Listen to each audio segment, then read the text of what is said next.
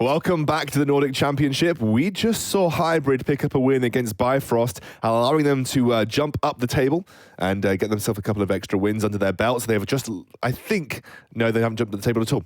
But they have come off that joint last position, so that's always a good area to be in if you are looking to contest for playoffs. Now, we're going to move on to our next game of the day. It is going to be Hillerød versus Vipers. Hillerød in third, Vipers in second, both of whom are having excellent seasons, especially Hillerød, who I think very few people predicted to be in this position at this stage in the tournament, on a 4-game win streak now, Dan, going into Vipers, the second-place team. Yeah, and I think that's the big thing is that everyone's seen Vipers have this sort of consistent performance where they've ended up being at the top. They had a strong 2-0 week, and although it wasn't the expected outcome coming into the tournament, they've held it pretty solidly. But Hillerød have just had this huge upswing. Week 1 was 0-2, week 2 was 1-1, and then since then they haven't dropped a game. And now, unfortunately, today their usual top laner isn't available, so they are running with their coach, I believe, they are, yep, playing top lane. So they're going to be a little bit off their full form, which is sad to see because I was really hyped for this matchup. But hopefully we still get a close one between these two teams. I think my big talking point is the mid-AD carry matchup, because I think Sloth and Poulsen have showed a lot of similarities with their aggression, but also their willingness to play these scaling carries that can function well with the team. And Marcox and Denvoxney, both of them, huge backline threats when they're allowed to be.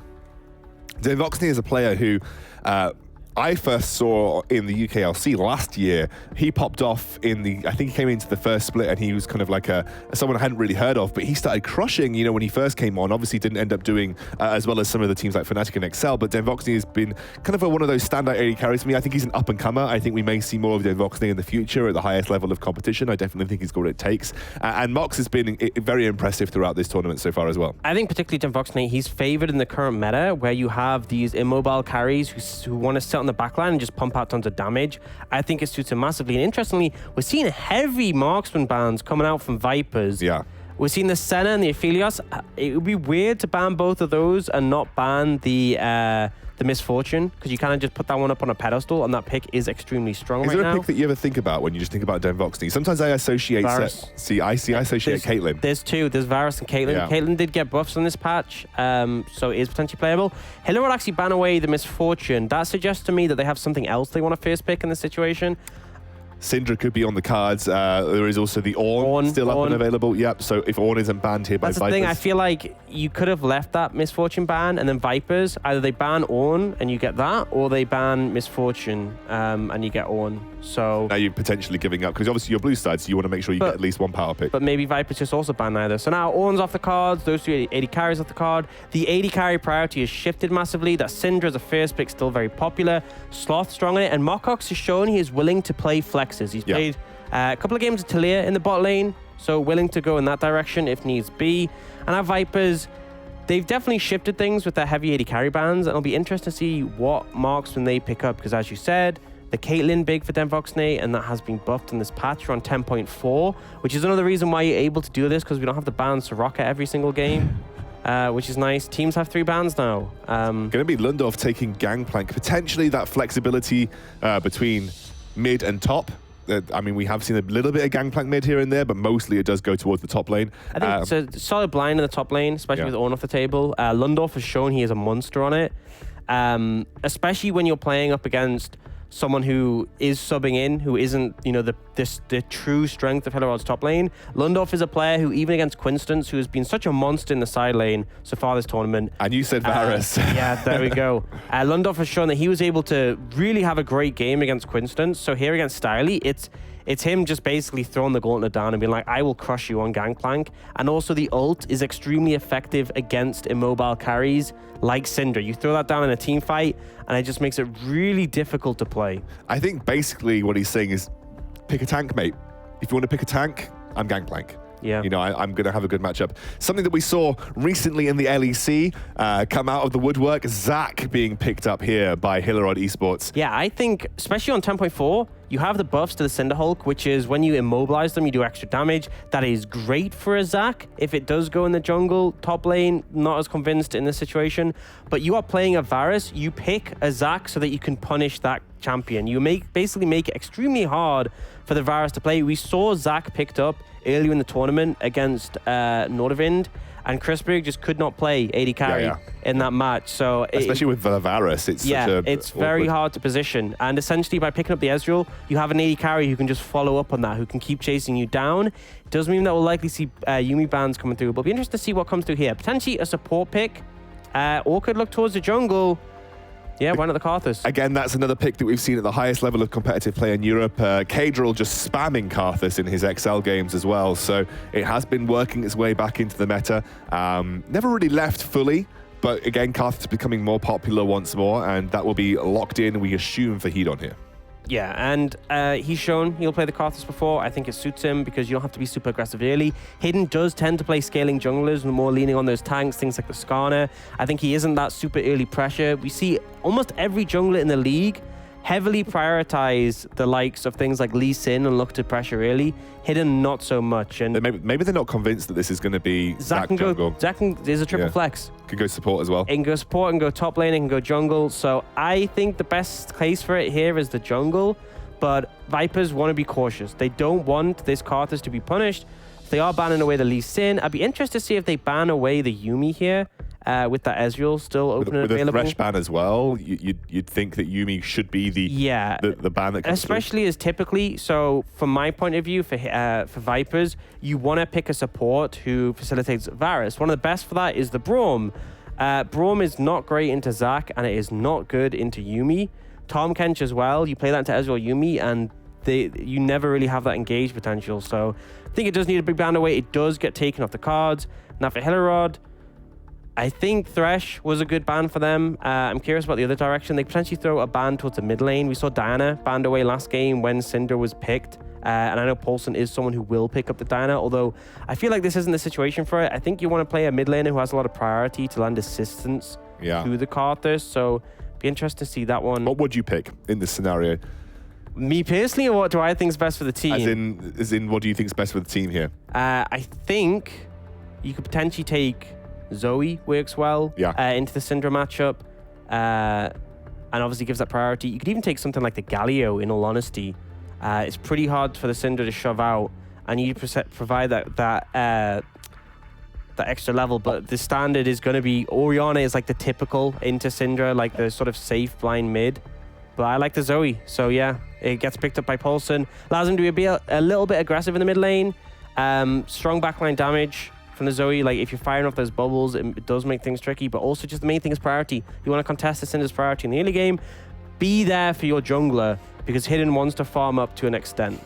I mean, essentially, Viper's draft, in terms of counter picks, is a wonky and all over the place. But like you said, this was very much a gauntlet throw down towards Styly with the first pick Gangplank. And we're going to see what Styly eventually goes for here. He could be playing the Zac, like you said. Zac does go into the top lane. It is flexible. We could see Hillerød take something more aggressive in the jungle, but I wouldn't want to play the Zac into the Gangplank, but maybe they're feeling a bit differently and opt into that one. It still has good team fighting power later in the game. And there isn't a ton you can really use your oranges for against the Zac.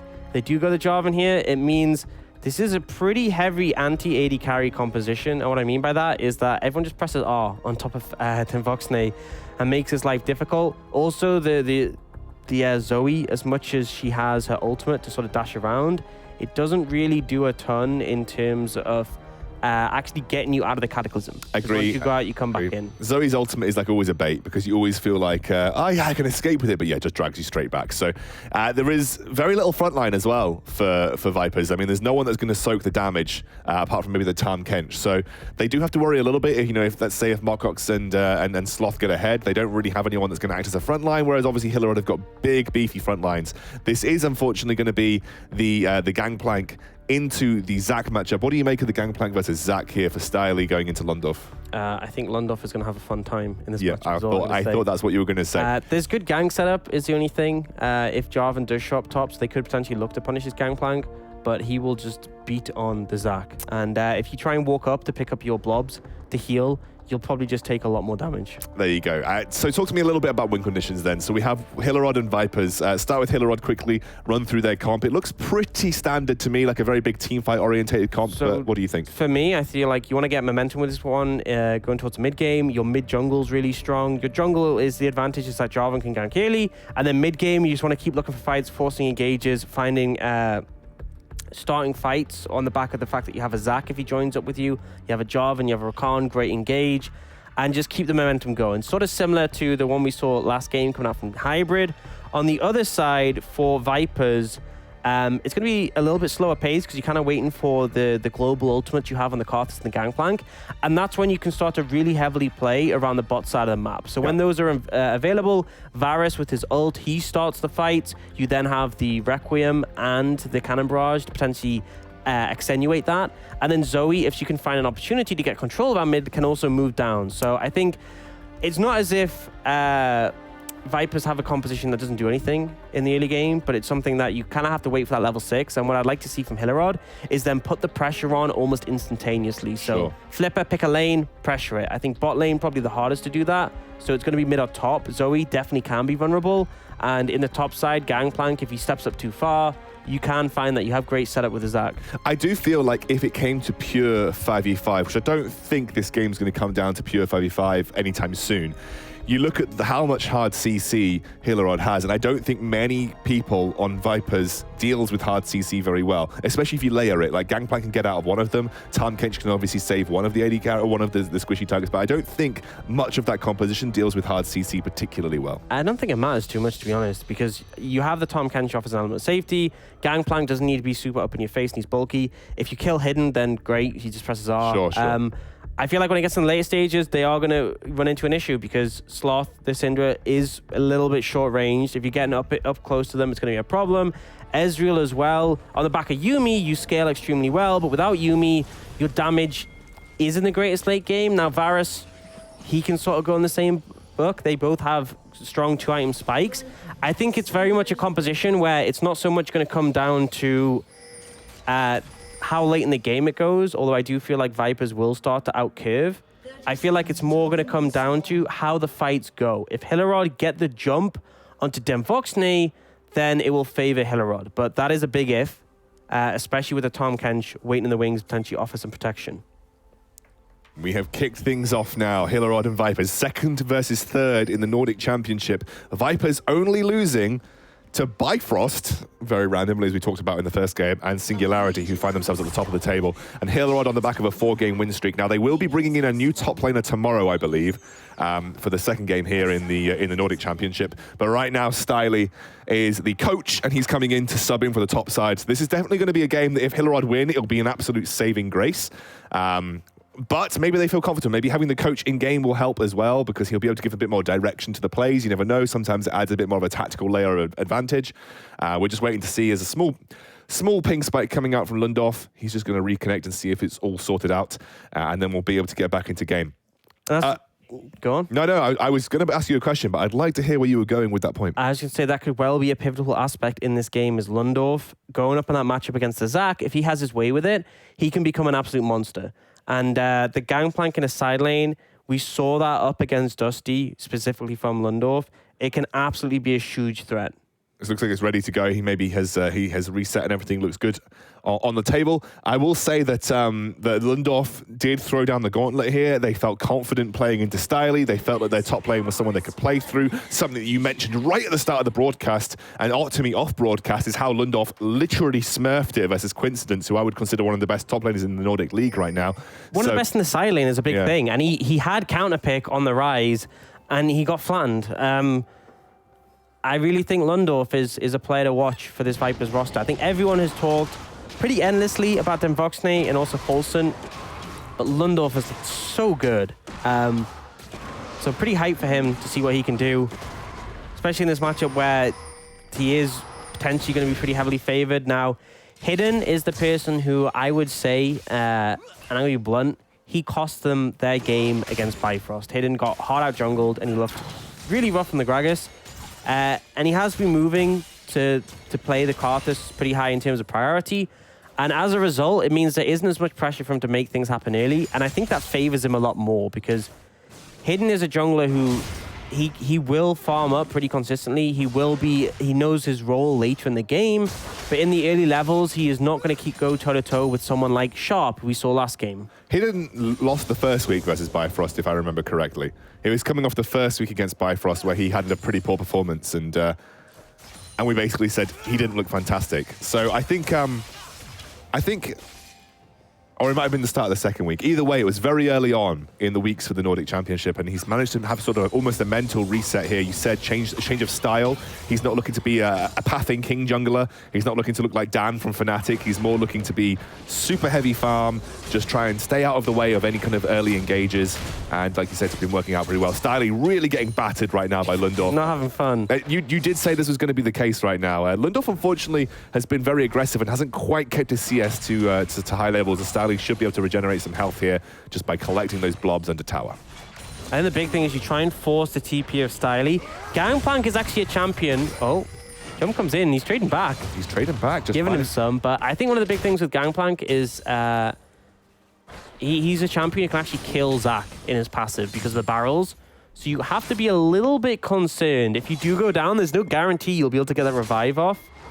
Hidden is just happy to take the skull. Already level 4, farming pretty clear, effectively, but to be honest, Flipper's matched him, so both junglers just going for a pretty heavy farm clear. Would be interested in seeing where the first gank comes out from Flipper, because I think that's going to be a critical thing to look towards. Which lane is set up for it? Top lane, obviously, because Lundorf is constantly shoved. Top lane looks really free. Yeah, top lane feels free. Mid lane is potentially a decent option as well. I think it's one of those two. But top lane, just Lundorf is permanently sitting at Styly's tower. Your coach is in the top lane as well. You want to impress him? you gank his lane. You want to make sure you don't get subbed out. Gank my lane. Yep. That's all there is to it. Bot lane is pretty immobile though. Obviously, there's some good setup with the Rakan as well. So I think there's some opportunity here for Flipper to start doing some work. I think it's really hard to try to mix the bot lane with Ezreal. Being low damage output, is that the... It's the fact that, like, if the enemy is shoved up, then they have a minion wave. And if they have a minion wave, Ezreal's not that useful. And then Rakan as well doesn't have the greatest setup. It's like, as long as Denvoxne and Bebop Bully don't stand next to each other and hug each other, not too much high chance. And Hidden's actually moved bot, potentially to be here in case Hillerød go aggressive, but doesn't seem like there's any interest in doing so. I think that was potentially for the cover. So if you look at where the wave is positioned in bot lane, it's shoving into Hillerød. And so I think Vipers were a little bit concerned because if you look, they're overextended right now, and they wanted Hidden just to show his face so they could push it in safely. And right now, the wave is actually reset. Because this one minion stays alive, this is going to push into Vipers. So you can see all the blue side minions are clumped up. They're now all damaging that first minion. They're focusing target. Yeah, so Viper's got the reset, which means they're now in a safe position. They're happy with that. And Styly actually goes for a roam towards mid to pressure Paulson. Paulson reads it, though, I think because they walked over a ward and they don't get caught out.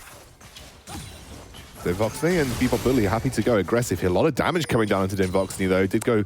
Yeah, tunnel visioning a bit heavily on the Rakan, who isn't the one doing the damage right now.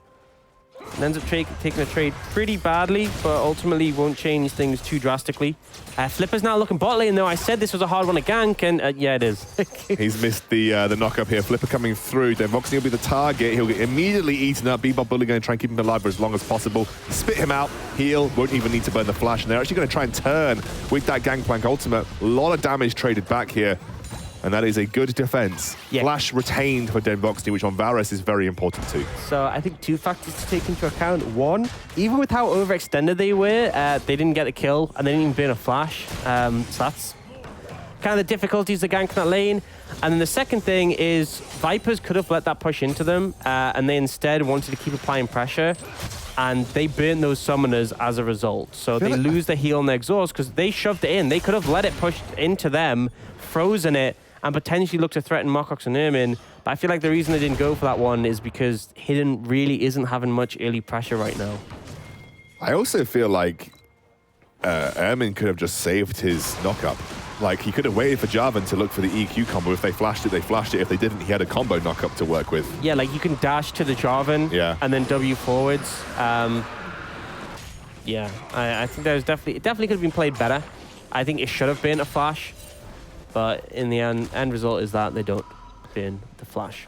Styly only 8 CS behind Lundorf, by the way, in this top side of the map, and actually really isn't having the worst time of it. He has maybe overextended, but nope, just will back off. Loads of self-healing coming on from collecting those blobs that very luckily all landed in the same area as well, so he didn't really have to do much about it. And this pressure that Lundov's trying to put in. Yeah, okay, he's shoving him into tower, but Styly's just playing under tower. He's just farming under tower. He's just trying to take it as easy as possible, not give away too many advantages here. And the thing is, there's no outside pressure on Styly. There's only outside pressure on Lundov. Now, this changes with the Requiem available, but even then, with the passive, you're not actually that concerned because it gives you time. If you see the Requiem coming, you can jump away. But ultimately, there's always this threat is the Jarvan could come. Or right now, Sloth has actually found priority and he's roaming up. He got seen. Oh, that was an attempted gank there. Didn't quite work out for Styly. Orcs' face tells me the entire story. Yeah, that's definitely coach mechanics. Is all I'm saying. I'm not going to flame too much here because, as we said, like he is coming in as a substitute. He is just the coach. I say just the coach, but he's obviously not a professional top laner right now. So I can't really throw too much shade at this guy. It wasn't a good attempt. Definitely something that could have worked. I like the enthusiasm. The enthusiasm was all that we needed right there. Yeah, a little bit of noobs. They do get Lundov's flash though, so that's something. Ultimately nothing more, but we do see the dragon was taken by Vipers, so swap has come through.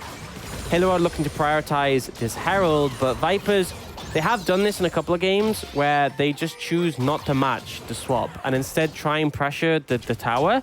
My concern for this, though, is that you're up against a Zac. I don't think you can really dive him in any sort of situation. TP coming in on Lundov, so they're heavily committing to this tower, but it gets very tanky. If there's 3 members around a tower and you kill a plate, it gains a lot of resistances. You can already see how tanky this one is with just 2. And they lose this race because Herald's going to come down and get first tower blood. Yeah, that's going to jump in. And Herald is a flat damage, just applies true damage to the tower. So that'll just pick up the first tower for very easily here. And they could potentially go for a second here. Yeah, they could potentially go for a second. There's lots of resources committed to the bottom side of the map right now. That's actually going to be... That's almost a wasted teleport. Styly can actually jump in and clear the wave and defend. He has ult. I don't think he's going to do it. Maybe he doesn't feel confident enough to do so, but you are... Yeah, he has... Not ult passive, sorry. But like either way, this is 2 towers for 1. So Vipers decide, oh, we're not going to trade. Oh, they flash in onto Lundov here. The ultimate comes through. Lots of damage, though. I don't know if Lundov's going to get away from this. Knockup is dodged. Well, the cleanse comes in, actually. Yeah. But ultimately still goes down. It was good, but the ignite gets the... Oh, sorry, no ignite. Actually, just the last basic attack from Ermin gets the kill there. Yeah, so... Vipers opt not to swap for the Herald, and they end up losing 2 towers to 1 and also a kill. Not a great trade. No, absolutely not. And it's something you said that they are very, very suspect of doing throughout their games. It's something that sometimes it does pay off. Sometimes when you don't match the swap, you can get something from it. But I think in that situation, TP and Lundov down as well. You could have used the ult to clear the wave top, and then maybe you could have matched it. But ultimately, when those towers get low HP, the Herald does a lot of work. And yeah, just ultimately felt like a bit of a misread for the side of Vipers, which is giving Hillerød a slight lead. Still not massively ahead in this situation. Sloth has now hit level 9. Big power spike for the Syndra. When you have that Q max, you get that extra damage to champions. I feel like this is a sort of timing where Hillerød need to start putting the pace on. Dragon's going to be the next objective spawning. They need to be taking this. Because when it gets late in the game, you want to have those dragons stacked up so you can potentially set their soul up as a potential objective. And you can see they're all posturing around the bot side of the map. Very interestingly, Bebop Bully is miles away, top lane. Not really sure why. So I think this is potentially Viper saying they don't want to match. They just want to trade on the other side of the map. Which could make sense if they're really confident in their scaling. But what are they trading for? Pressure top lane to allow Gangplank to take the tower is my... I suppose he's built up. No, he's just backing. No idea then. It's still even gold though. You wanted that control ward. No, he's not going. backing. So He's there again. Potentially, if they go for the dragon, you can threaten a couple of plates top lane. If Vipers, they have a lot of scale in their composition. If they feel confident that they're not going to get threatened, this was something that last game we saw Bifrost win confident with. They felt like they had to start fights. But if Vipers are confident, then this could be a good call for them. It does give up the dragon, but they already picked one up, which means that they've delayed it by at least 5 minutes. Yeah, absolutely. And like they have the Karthus, they have the Gangplank. They go late. They should be completely confident. The only concern is the dive onto the back line. Styly's down. He's going to die here. Yeah. So a nice rotation. I like the trading. I think this is typical Vipers. What they like to do is that when they don't want to contest, they will trade on the other side of the map. And although their first one wasn't even, this is actually going in their favor. This dragon is not worth as much as the kill and the plates they're getting. It's going to be the ultimate coming through from Gangplank. And this is a critical thing, using the Gangplank ultimate to clear out the wave so that Hillerød cannot get any more on the bot side of the map. They've just given 2 plates over to Denvoxne. They gave him the assist from that kill as well. They're in a great spot. I would be a little bit careful, though, as you can see the blue buff getting taken away by Sloth and Flipper, and if they decide to set up for a 4-man push on this bot lane tower, I think Lundorf's spidey senses is tingling. He knows what's going on here. He's not going to commit too hard to this. He wants to be there to catch the wave. Gangplank has the wave clear to do so, but ultimately Viper's going to keep giving this solo farm, this solo XP, this solo gold to Denvoxne, and it's going to make him really strong. Ping's coming through. They've got an idea where Flipper is right now, and actually now he's heading back towards the mid lane. Maybe Lundorf can go and clear this out right now. He's going to be going solo versus the Ezreal. Looks like a potential dive is coming through, though. Lundorf very, very, very aware, though, and is just going to back off straight away. Gets charmed up. A lot of damage coming through. Lundorf is going to get out of range of Flipper's ultimate, and he will escape here, but they will end up giving away the first turret. However, you know, at the end of the day, like you said, Viper's just happy to trade on the top side of the map. I mean, they end up delaying the turret for quite a while. Vipers are now going to... Oh, actually, Engage coming in here. Damage coming through, but not enough, I don't think, to threaten Pulse. They can't do anything. No, they can't. With the Tom Kench there, potentially going to eat, you can't really commit your ult to Sloth. And Hillerød will get this tower eventually, but Viper's trading the top side. They gave all the plates to Denvoxne, and now they're actually going to have tempo advantage because Denvoxne is resetting. Mokok still needs to go to base and spend, and it means that potentially Hillerød can look to get control of the Herald area if they want to. So you can see that already. Denvoxne is moving out on the map, although I will say they didn't reset their mid lane, their mid support quick enough. So it's actually going to be pretty even in terms of tempo right now. Both sides getting on the map roughly at a similar pace. But Lundorf has actually opted to go for a freeze in this situation, which means it's very much on Hillerød to quicken the pace. He's happy just to take this farm. It will push out thanks to the cannon, but he's just trying to deny as much farm away from Styly as possible, who, if we take stock, is now 30 CS down. And although there's a kill in it as well, that's an 800 gold difference in the top lane. Yeah, and also the massive goal differential in the jungle as well. You can see almost 1,000 being opened up. Classic Hidon just essentially farming his way to victory here on the Karthus. Yeah. It's hasn't pressed ult once yet, and he's nearly level 11. Yeah, he's doing everything he can. It's going to be engaged by Styly. Going to go on to Pulsar. Lots of damage here. Tom Kench can't quite get in the position to survive. Ooh, big flash. But there's a big flash coming through, and now Ermin has committed his body to the other side of the map, and will have to just dive away. But that was a good attempt. He's gone! That's going to be it. Oh no, he stops it. He interrupts the ultimate, and now Flipper may be paying for it with his life. Karthus just desperate to get something out of this engage. Flipper will go down. Styly jumps in. This might be his death, though. It's a really good stopwatch. Ultimate comes through. The stun doesn't quite land onto Bebop Bully as Denvoxne now in the middle of it. He should get the kill, or I say that he goes down. Brilliant flash there by Styly to put pressure on. But look at this. Hedon's just clearing up the backline. He will get a huge amount of damage in the backside as well. And Lundorf may be able to pick this up with one extra Q. Nice knock-up, actually. This is going to be a great turnaround here. I said that, but it wasn't quite the case. Styly picks up the kill. That was a complete mess, but it really ends up pretty even between the two teams. Yeah, it's such a back and forth there. I think Hillerød come out just ahead overall. Styly doing a monster amount of work on this Zac, just diving about, unable to be taken down. And the critical thing was Hidden's ult got interrupted. So Flipper making the call to go for that, ends up saving Mokox for a time, and ultimately the trade pretty even with where the game currently lies now, with about 20, matched gold. You do see that Flipper back on the map early, though. He will start moving towards that Herald already. But the response is Vipers. They have their bot lane mid. They have their mid laner there as well. If they come over and contest, they could force them off this one. I don't think they're going to, though. They're just trying to play it safe. Something that you mentioned that Vipers are very good at doing is knowing when not to contest, not to take the risks, just to play it safe if they need to. That's something that I criticize players, or you especially, I've heard you criticize players across both the UK and LC and Nordic championships for taking fights that they don't really need to take. Well, Vipers are very good at doing the opposite. Yeah. They just know when not to engage things. They ask themselves, do we need to fight this? If not, then Hidden will just farm another 18 camps. Yeah. And he's been doing so. He's matching for CS with solo laners at the moment. This Karthus is getting pretty scary. Level 11, so 2 points in the ultimate. Seen a bit of a fight coming top lane. Remember, this is the buffed Sunfire Cape now. We're on 10.4. So Styly able to do a little bit more damage when he does land that CC. But Hillerød, they have that Herald. They're going to throw it down mid. This will be the tower gone. This is a big factor for teams trying to scale. Really, really good Drowsy there. Huge damage onto Moxie. There's the ultimate coming through from Denvoxney. He goes down to the True Shot Barrage.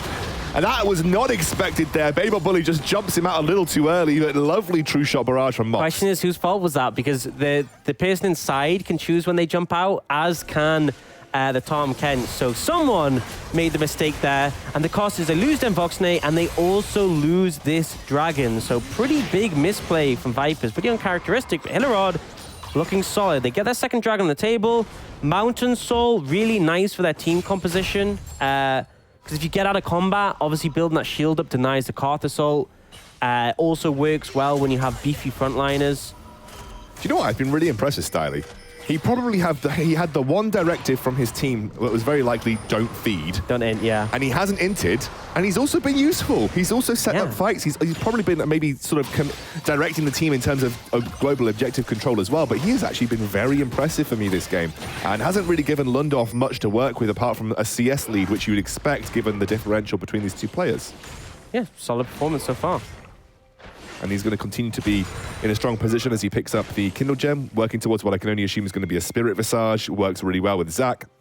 So, I mean, right now, Hillerød, even without their top laner, are in a good position versus Vipers. And now remember, if they win this, they take second, I believe, or at least joint second, because I think they might have 1-1 apiece in terms of overall score. Yeah, they'll tie with Vipers for the week, well, for the day, obviously not for the week, depending on what happens tomorrow. But it would definitely be a big statement, especially given the fact that Lockeden is unavailable.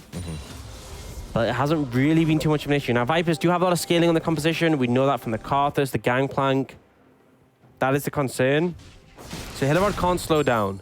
And this is a big reason why there's so much farm going in favor of Lundorf. It's consistently, when we look over to him in the bot lane, he is not pushing the lane in to join his team and apply pressure. He's just sitting on the tower, and he is just slowly clearing to the minions, trying to keep it as frozen as possible. He is now shoving it in as they're threatening the Baron area.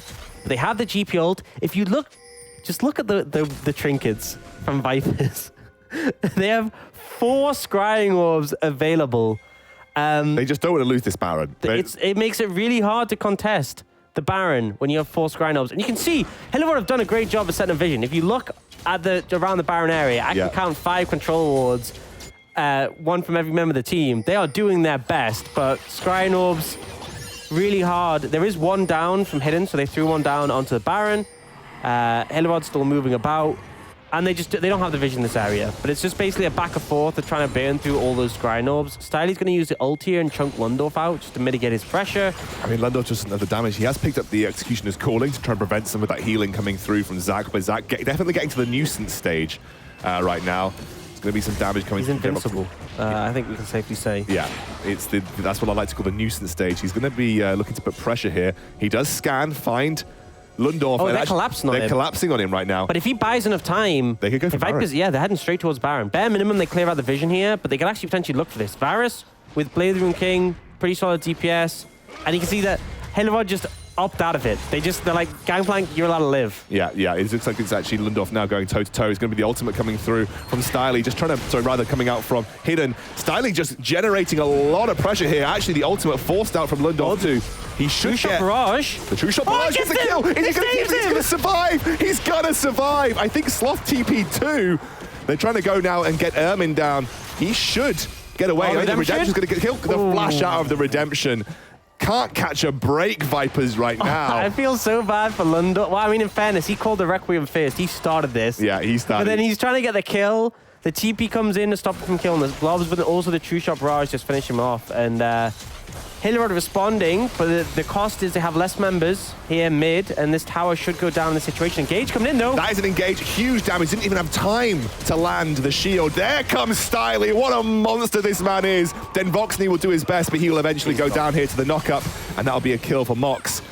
And in the meantime, Poulsen also having to just desperately clear that bot side of the wave. Things have gone pretty chaotic right now. BO1 making a big mistake there, not using the grey health as a shield, gets blown up by Flipper. Had the exhaust as well if he needed it. Yeah, and Hillerød gonna push up now, apply some pressure, and they should just take this mid tower down. It's 1 HP. Yeah, it's gone. It's gone. That's a nice pickup there for Hillerød. And the gold difference still very minimal, I would say, at this stage in the game. But the pressure difference is a big thing. And now with that mid tower down, they're going to be able to push the wave even deeper, get further control over the Baron area.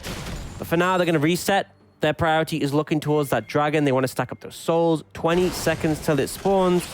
There's a great opportunity now to take stock of the items. So both 80 carries on big 2-item spikes. Ezreal just picking up almost a full Blade of the Rune King. Got both the tier 2 components. That's nice. We have Jarvan with the Cinder Hulk Stone Plate. Really strong combo.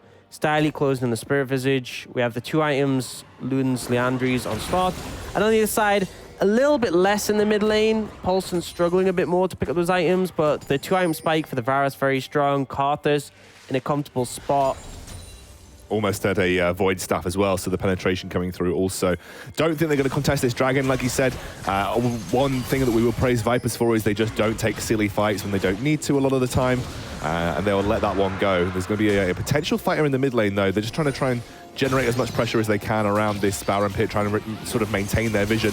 That's then Voxney putting himself in the firing lane, and Poulsen did take a lot of damage there, maybe even a little bit out of position for this mid lane push, and it's going to be a lot of pressure now coming through. Nice little flag and drag to keep himself out of burst range of the Zoe. Doesn't want to take a huge amount of damage because they are coming for a siege, just trying to keep Vipers out of position here and get some damage onto this tower. And without the Zoe there, the wave clear is pretty poor. Like, they need Zoe to be hitting the wave, not trying to target members. But ultimately, they do clear out the wave without Baron buff. It's pretty easy. Steep Trouble lands on Sloth, but there's enough people around. Too far away. And also, what I will say with the Zac and the Jarvan as your front line, like, Zoe's not going to really be chunking people out as easily. Now, one negative thing here is that Lundorf shoved the wave in bot, crashed into the tower, and it's now resetting. So Styly just missed out on that farm. This is the cost. This is a game where Hillerød, they've kept slightly ahead, and they're ahead in pressure. But Vipers are very close, and Vipers are eventually going to hit their scaling points and say, okay, it's time to fight back. And that's where I get concerned, because when you're even in gold against a scaling composition, things backfire massively when the scaling kicks in. I mean, you're a 2-tower disadvantage. You're basically 300 gold apart. So obviously, I think almost all of that, I'm sure, is coming from the 100 CS differential in the jungle. You'd expect that with the Kali. I mean, he's got a 2.5k gold advantage just in the jungle. So a lot of this game is now going to come down to Hedon. But like you said, Hidden is a player that I keep saying Hedon, then Hidden. It's Hidden, right? Yeah. Okay. Don't know why I'm saying. I think the big thing is Sloth and Mokox. So I was hyped up this matchup, Poulsen de Voxney against Sloth and Mokox coming into this game. And the Hillerød carries have done a really good job of finding these advantages, being consistent in team fights. And Poulsen and de Voxney, who are usually praised, haven't been too impactful. And part of that you can definitely put down to the draft. You can put down to them waiting for the right moment. But Mokox, I love this play. You have TP, join the... Yeah, okay. Luden's just going to die. He's just dead here. I mean, Mox is just going to chase him down. Not sure there's anything that he can do about it. True Shot Barrage does take the final kill. The Arcane Shift faceplant to the wall was a little bit comical, but ultimately, I like the play. You send your 80 carry down bot lane. He has TP as the top laner, so there's no real response that can come out from from Viper, sorry. And Hillerød, they get pressure in the lane that they were struggling in, and now they can actually threaten this tower. So I have to say, they first picked the Gangplank, essentially throwing the gauntlet down to this top side of the map. Can we say it has been a failure so far? Yeah, I mean, it has done jobs in other regards. Yeah. The fact that it's mitigated a lot of pressure. But yes, it is definitely getting bullied around a little bit by the Blobby Boy. The Blobby Boy goes in here against Styler looking for the engage. Takes a lot of damage, but again, so tanky. He will not go down easily. And Hidon just... he has to just be very careful about where he positions, because he's really basically the last chance saloon right now in terms of a lot of these fights for Vipers. Something else that I wanted to mention, I really feel like Denz Voxney was given a lot of solo experience and solo gold this game. It really feels like Mox has kept up with that and even excelled. I mean, he's 2 levels up. Yeah, and he's got about a 30 He's way stronger, and he cleaned up in those team fights. He made the play to go down bot lane. I think Mokox showing he's doing a lot of work in this situation. Okay, so I was just thinking earlier, we have not seen very many ultimates from Hidden. We've seen 2 and 1 got cancelled. So, Here's a question for you. Yeah. And Observer, please don't show us because I want External to guess. Okay. How many Dark Harvest stacks do you think Hidden is on? Well, obviously he's getting some from the jungle, so... No, you don't get it from the jungle. It's only from champions. When wait. Did you used to get it from the jungle? a while ago? Oh, maybe they changed it. Okay, I reckon he's on 3, 4. You got it with 3. 3. He's on 3 Dark Harvest stacks. Not getting your money's worth with that rune, is all I'll say. And the Karthus, he's been farming. Has he been doing much else? Not really, as of yet. I feel like that was a really easy question once I didn't debate myself with the jungle, because it's obviously he's just got 2 kills and assist. I mean, you can potentially get it without getting a kill or an assist. How? When someone's low, you hit them. Oh, you just hit them. Yeah, okay, so he hasn't actually been able to hit anyone when they're low as well. Yeah. That's just me being a League of Legends boomer. Denvox is surely just dead here. No, I say Bobelli keeps him safe. Can he flash across the wall? He gets knocked up. Chain CC coming through. Eventually we'll have to split Denvox out, but Denvox actually kept safe here. That was a good play from the 2 of them as now Hedon just jumps into the front line. The ultimate finally going to get some work done. Oh, He'll get the shutdown onto Mokox. They'll get the kill on to Zach as well, and they're trying to go for the kill onto Ermin. That's going to be the time Kench coming through, delivering the exhaust onto Sloth. That is going to be the next dragon picked up. Brilliant play there by Vipers, especially by Bebop and by Denvox. I think we can safely say that scaling has come in for Vipers. They crush that team fight. The Karthus ult does a lot of damage, and ultimately with him being the only one going down, Vipers not too concerned about that. They won't be able to do a Baron as a result with having no jungler, but they are very strong right now. And actually pings are coming in, so they're going to reset, spend their gold, get back on the map and start that Baron up. Hidden respawns in 5. Sloth isn't up for 20. Styles isn't up for 15. They can force a fight on the back of this if they want to. If they start the Baron, Hillerød will come and respond. Do we have 8? Do we have 8 Dark Harvest? Wait, no, it's not. Hillerød are the one that's starting the Baron. They're just going for it straight away. They're trying to catch them on the reset right now. The wards will come through just to keep some eyes on this. This is an immediate play. Teleport coming in from Lundorf right now. I don't know if they're going to get this done quickly enough. Hidden is now just trying to put pressure down. He doesn't have that ultimate available. Forced to flash away immediately as the True Shot Barrage wards him away. However, his presence just stopped the Baron. Interesting play. They burn both TPs. And they get Karthus Flash. So... I mean, it was okay. It was a good play overall. No, I'm not a fan. What do you think they could have done otherwise? Not that. I feel like when on the reset timing, I mean, potentially you have to look for the engage, and it looked like they just wanted to finish the Baron, and I feel like Vipers have shown that they're willing to fight you, and they will win the fight. You need the Zac in a position where he's able to jump on someone. Ultimately, they weren't able to find that. And the issue was they didn't have any vision. They didn't have strong vision around the Baron into the red side jungle. I feel like what they should have done is they should have just reset, got on the map, got control of the Baron area, and then looked to go for an engage on the back of the Zac onto a critical member. Denvoxne has no flash now. Hidden has no flash. I do feel like it's getting a little bit difficult now with regards to scaling. I suppose you are looking at some sort of later game items now being picked up. You've now just burnt the TP from Styley, so who's going to match Lundorf if he goes in the side lane and he has that ultimate available? Yeah, because Styley burnt his TP previously as well, so he has lost that, and Lundorf obviously using it there as well. So like you said, the side lane pressure is starting to mount up because Lundorf has got some late game items under his belt as well. He can just push in the side lane, then you have the GPL to assist, which Zac offers nothing when he's on the other side of the map without TP. Yeah, well, that's probably why he's staying with his team right now, just trying to look for some opportunities to force. There's a big minion wave shoving into the bot side of the map, pings coming through. It is going to be Styley heading over to try and clear that up. And this is where Vipers, as soon as they see Stylish show bot, they can just hard push into this Baron area and completely establish control, because they know it's a 4v5 and they shouldn't be afraid. For now, though, they are respecting Hillerød. They expect the Zac to be there, but now they've seen him, they should just push up. So the first time in this game, we've actually got a small gold lead now for Vipers. They have managed to work their way back in. Denvoxne catching up as well to Mox. Still down, but him not dying in that fight. Picked up some kills. Lundorf gets chunked, but Oranges. Orange a day keeps the doctor away. What was it? What was the old meme, the Gangplank meme?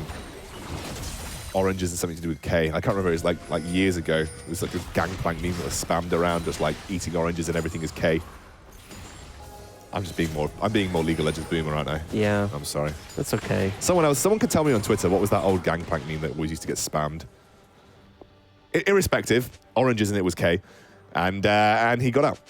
Yeah, got away. Pretty hard to engage on him. Hillerød, you can tell that they want to fight. They want to fight right now. They want to engage. They want to force something. Not finding the opportunity is pretty difficult. And Vipers, as they have been the entire game, are happy scaling. Now, the one factor that could change things up is Dragon is going to be spawning in a couple of minutes.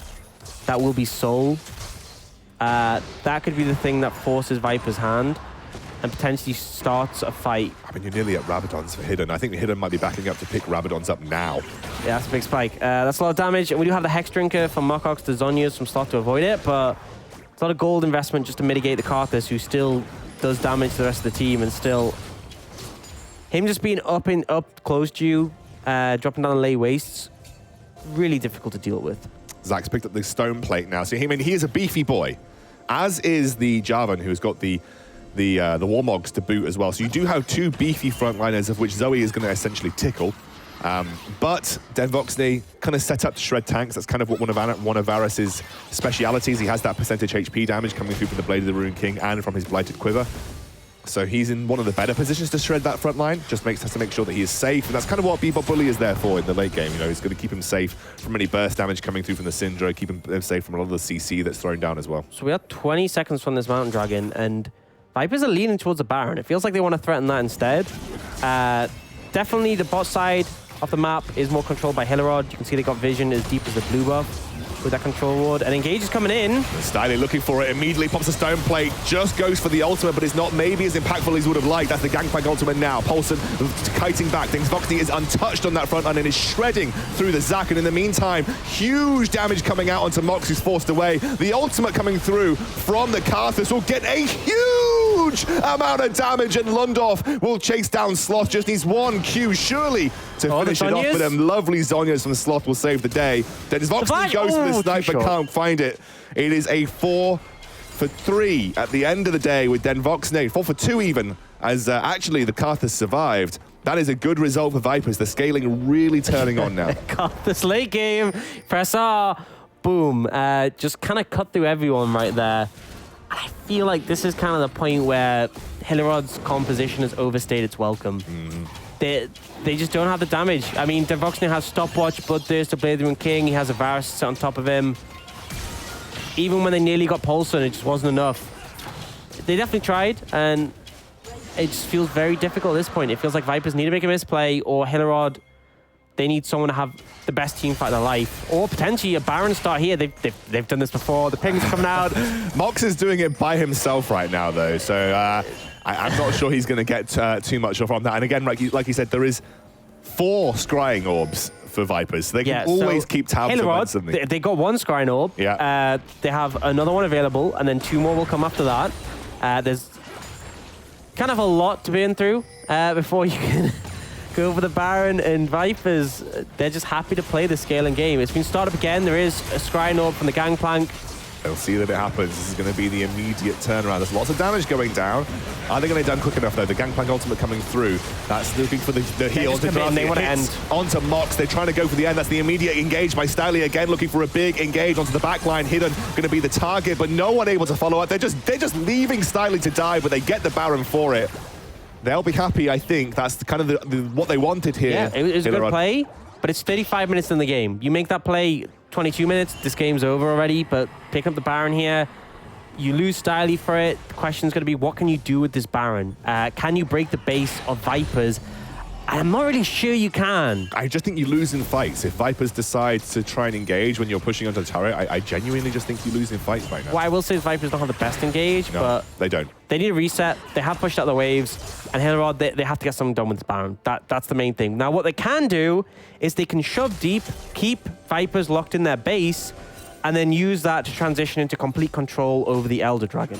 They get the Elder Dragon. That is a game-winning objective. That is. Are we still waiting on a Dragon Soul first? True, we are actually, so ignore that. They can get the Soul, which is nice, but not a game-winning objective. I mean, Mountain Soul would be good for Karthus. It's a good anti-Karthus Dragon Soul. Yeah, I don't think it's that great, especially late in the game. I feel like Mountain Soul isn't that big of a deal. It gets outscaled pretty hard. Yeah, I think Cloud is nice late in the game because of the movement speed. Like Hidden would love to have here to run away. Yeah, he's going to get out, though. He's going to get out. Infernal Soul, the extra damage, especially on the back of things like the Karthus, is huge. Ocean Soul, situational. Depends on who's on your team. Like on Hillerød, Ocean Soul would be great with the Zac and the Jarvan and the Ezreal for the mana. But Mountain Soul, it's great if you get it early because the shield is like really big, but I feel like after a bit, it just kind of gets outclassed. Penetration now coming through for Denvoxner. He's picked up the last Whisper there, so he'll start to do even more damage to that front line. The percentage health damage is working wonders versus Styly and Flipper at this point in time. I just think there are potentially too many threats for you to have to focus right now for Hillerød. You know, you're at the stage in the game where you're going to commit to a target, usually as Mocox and Sloth. They're going to go for the same target a lot of the time to look for the burst, but you've got Gangplank, who's now on the Essence Reaver. You've got Hidden, who is essentially full build. He's like half an item away from full build. Poulsen, who is doing a significant amount of damage, and Denvoxney, who's now working towards his 4th item. Too many damage threats, I now think, coming through, and not enough damage for Hillerød to make it work. Yeah, I think you hit the nail on the head. Tanks do fall off late in the game because when penetration comes in, tank items are cheaper. They spike really hard mid-game because the Zac felt unkillable. But at this point, if Denvoxner can free hit on Styly, it doesn't actually take that long to cut through him. And now Zac is still good right now because of his engage potential. But it's definitely a little concerning. Oh, damage onto Mox is strong. That's a lot of root as well. A lot of root. Coming out in Denvoxner, the ultimate there. And maybe just trying to look for an engage opportunity, but also just buying time on this inhibitor turret in the mid lane as well. Oh, the Zoe. Zoe gets a lot of damage. Sloth down very low. He'll be forced to move out of this Gangplank ultimate. Unfortunately, they cannot get it. Of course, no. Karthus exists. Zhonya's comes through. Lundorf has managed to catch up, though, with that barrel. Oh, the flash from the Sloth keeps him alive. And in the meantime, there's an engage in the mid lane. They are diving onto Denvoxner, but he is so tanky in terms of the he can just survive this. Look at him, just 1v3ing versus the rest of the Hillerød Esports lineup. The teleport is going to come through here onto the bottom side of the map. That is He's going for the push. He's going for the push. He's just going to look for tier 2. He's like, you guys got this. I'm out of here. You don't need me. I'm going for tier 2 turret here.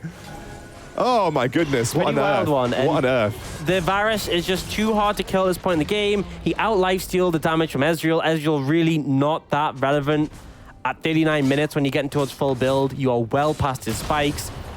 And Lundorf, you get a tower. You don't get the inhibitor tower, so.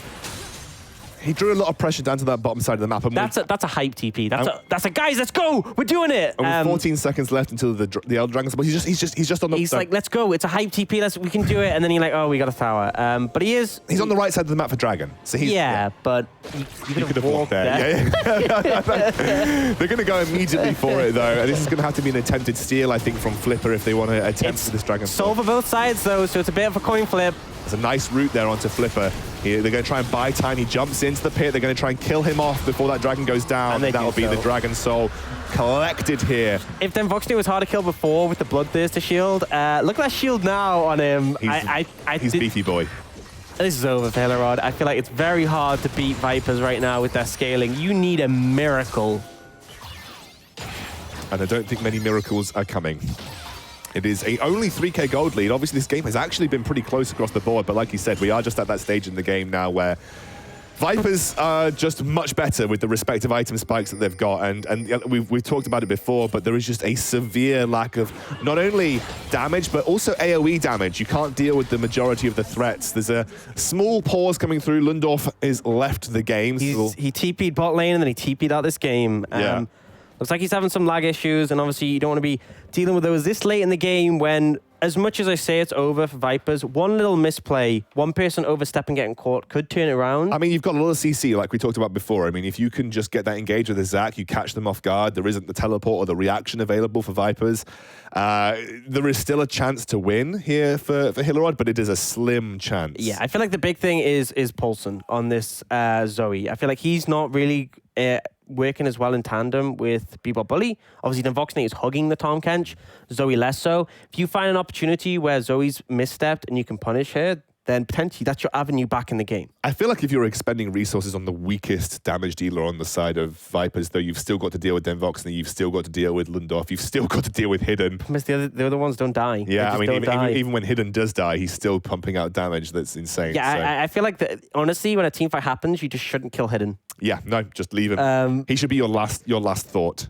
Yeah, because his ult does so much damage now, and it's like, if you kill him, you're just essentially saying press R. He gets it for free. Like, if he's alive, you can maybe interrupt it. Yeah, if he's alive, then he doesn't want to press it until he walks out of range, because he doesn't want to interrupt it. That's what makes it really a bit precarious.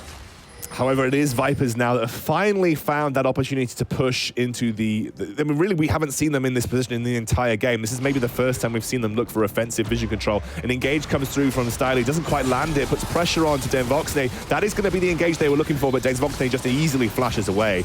There's going to be a very sorry retreat coming out from Hillerød Esports right now. Well, that's a big win. It was a dangerous path from Vipers, and you get the flash to Varus, which there was really no reason for the Varus flash to be used there. Problem is, if you get engaged here, you're now down some critical ultimates, the quickness and the let's bounce. So I feel like Hillerød on a little bit of a back foot, but once they have those ultimates back available, they now have a flashless Denvoxne, which they can potentially look to punish. Yeah, obviously he still has Bebop Bully. So. Yeah, but Bebop Bully also flashless, Pulsar also flashless. It's not great, but it's an avenue. And Bebop Bully is really tanky as well, by the way. What's the item? Wow. Don't see that one anymore. Talisman of Ascension, rest in peace, removed from the game, but not from Zoe. Well, there we go, Talisman of Ascension. Yeah, they need to contest this, and it's gone. It's gone already, just Varus chunks through it, especially at this stage in the game. That's a missed hit there from Poulsen. He will eventually get taken down very low. Actually goes down here to Styley. This is actually a solid engage coming in from Hillerød. They're just going to sacrifice Bebop Bully. A 2-0, and now Hillerød surely going to look to push through mid and take that mid lane inhibitor. Yeah, lack of mana there, I believe from Hidden, meant they weren't really in position to contest. They get the Baron, they lose 2 members. Hillerød, this is your opportunity to push up. 40-second death timers. I think you just flip it. I think you just go for the end. I think you just go to end the game. It's now or never. You just look for it. Like maybe if you're Vipers, you just kind of back off here, but I think you just look for it. This is your one opportunity. For the end. Go. You got one shot. Do not miss your chance to engage, as it looks like they're going to back off. they wanted it. The Gangplank wave clear was too much, though. They're like, guys, you can do it. Go for the... Oh, never mind. And also then they have the Karthus as well. The wave clear there is still pretty solid. So you know, I like that they tried. If that inhibitor had been down, if they had the super minion, maybe it would have been a different story, but ultimately, Vipers hold on. Losing 2 members, not a big deal. And they now have the Baron.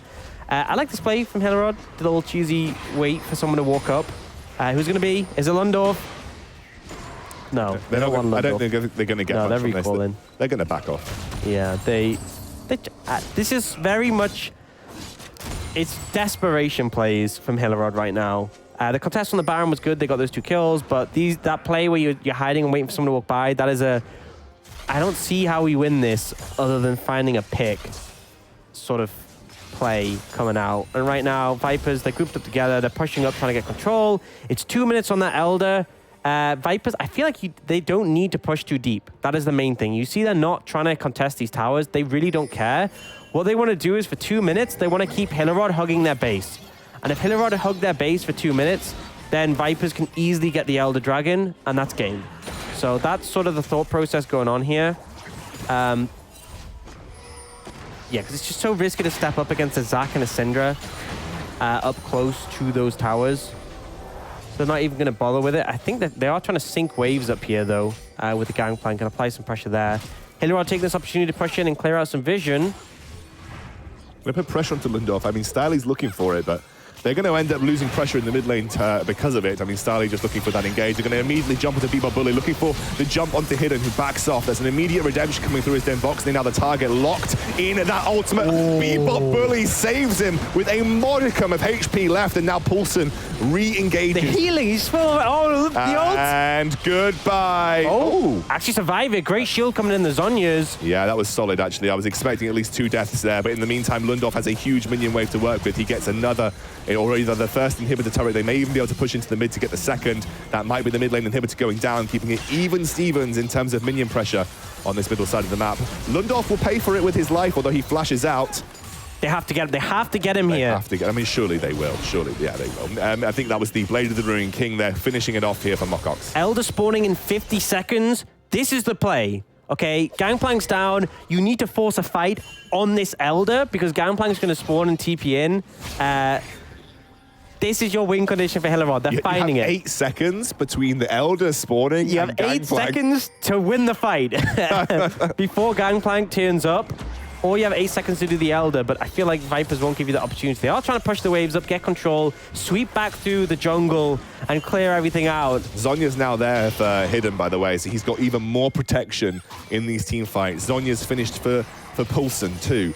We're looking at the final item being threaded together, which I assume would be an Infinity Edge for Den Voxne. Either that or a GA is a possibility. But either way, they got control of the area. There is a Skull Crowd that was taken by Vipers, denying it. But you can see Hillerød know they instantly start up the Elder Dragon, and Vipers, it's your job to come react. Styly has got that ward over there. He'll know. He jumps straight onto Hidden. Hidden's going to be the target. That's the engage coming through. The True Shot Barrage does not get the work done, and this is going to be a big potential turnaround.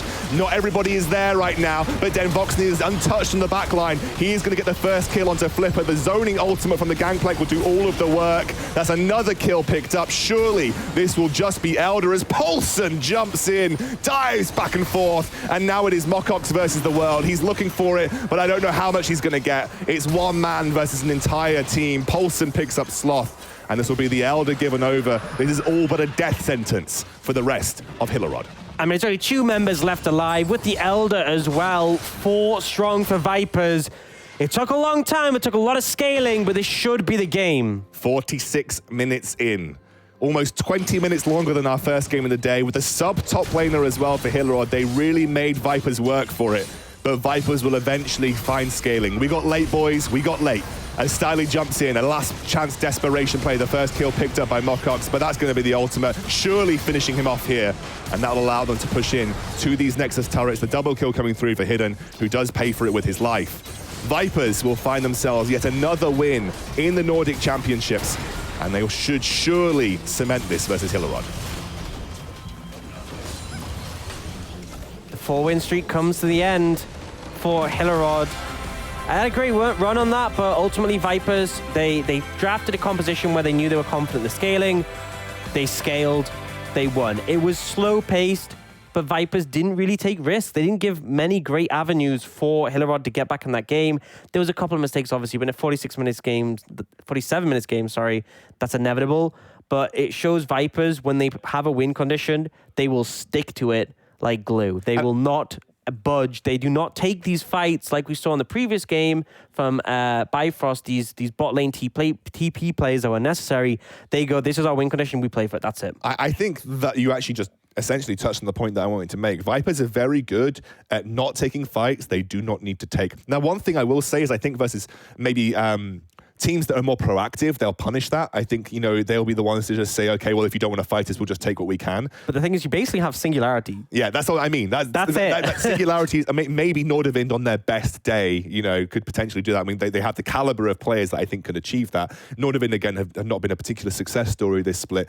But, you know, I think that it's a safe style of play from Vipers. They're very conservative with the way they do it, but they got the win at the end of the day, and the wins are what counts. They've essentially, with this win, I would almost say cemented a playoff position at least in the Nordic Championship. So they're in a really good spot going into the latter half of this season. However, I do want to give props. I think it's worth it for Hillerød. It's a 4-win streak. No one expected it from them. They had to bring in a sub-top laner, which was their coach, which we always knew was going to put them at a slight disadvantage here. But they made Vipers work for it. Yeah, and I think Mocox and Sloth in particular, I was hyped for this matchup between the mid-80 carry. Mocox and Sloth looked good. Particularly Mocox in the later stages of the game. He was the driving force that kept them in that, and they kept it close. They kept it relevant. Maybe if they end up having a different top laner, this could be a situation that's sort of fixed up. But it did feel like that wasn't the big issue. Styly played well, is what I'll say. But the coordination just wasn't quite there. They weren't able to keep that momentum going. So they had that. The early game was a little slow. Mid-game, they picked up the pace massively. And then they sort of floundered. They never really opened up a major gold lead, though. That was the issue. There was never a huge gold lead opened up, so they weren't able to just find massive item spike advantages. And plus, they never shut down Hidden. Hidden was just given free roam of the entire game. I think he probably had the most gold in the entire game as well. He really just was never given or never had any pressure applied to him, so he was able to scale up for free. Now, that was that game there. That's going to be Vipers taking another win under their belt now at 7-2 in the standings. Now we're going to go into our next game of the day. It's going to be Atlando versus Dusty. Atlando, I think, no one would argue by saying that they are probably the weakest team in the league right now, going up against Dusty, who they've been average, I think. They're middle of the pack. This will be a chance maybe for Atlando. Yeah, I think both teams' potential is definitely seen within them, but the execution just hasn't quite been there. So definitely Dusty favored, but a potential for Atlando to make an upset if they're firing all cylinders. And I think the big thing for them as well is comfort picks. Sure, comfort picks. Well, we'll see how comfortable they are when we get into our third game of the day after a short break.